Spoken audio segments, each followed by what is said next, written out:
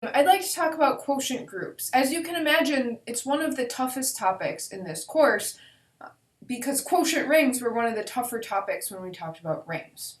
So let's begin with our setup, which is that G is a group and I have a subgroup H.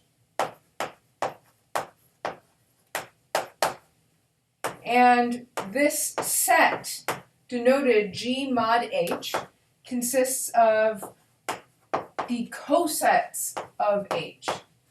It's the set of cosets of H.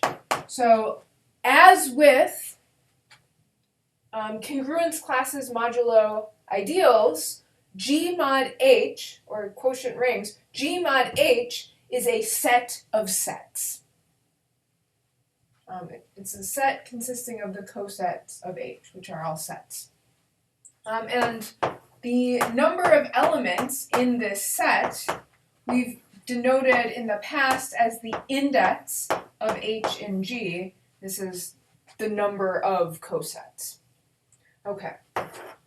We are particularly interested in quotients when H is a normal subgroup. I mentioned this in the previous mini lecture.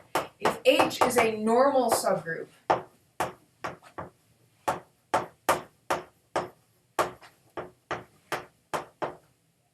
then G mod H is a group.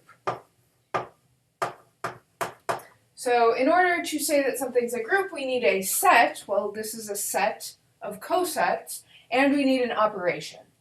So we need a way of multiplying or combining two elements of G mod H that makes sense. So elements of G mod H are cosets. I'm going to use left cosets, but as long as we're talking about normal subgroups, left and right cosets are the same, so it doesn't matter which one I use. And I'm going to let G1 and G2 be elements of G.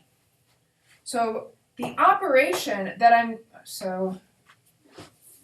G1 and G2 are elements of G. That means that G1H and G2H are elements of G mod H, the cosets of H in G. And the operation that we apply on G mod H is if I take G1, the operation, whatever it is, G1H operation G2H is going to be defined as G1, G2H, where this is the operation in G.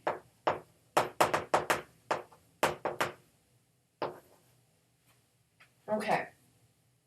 And the point, as we'll see, is that defining this operation only makes sense if H is a normal subgroup. For one thing, it does matter. If H were not a normal subgroup, it would matter if I was using left cosets versus right cosets. Here it doesn't, because H is normal. But we'll explore on part B on our adventure sheet why this operation only makes sense if H is normal.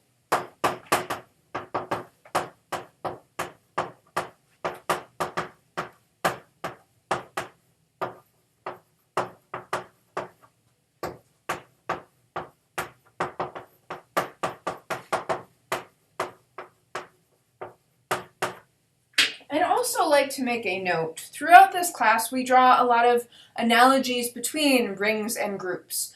And when we talked about rings, we took quotients by ideals, but we did not need to define normal ideals.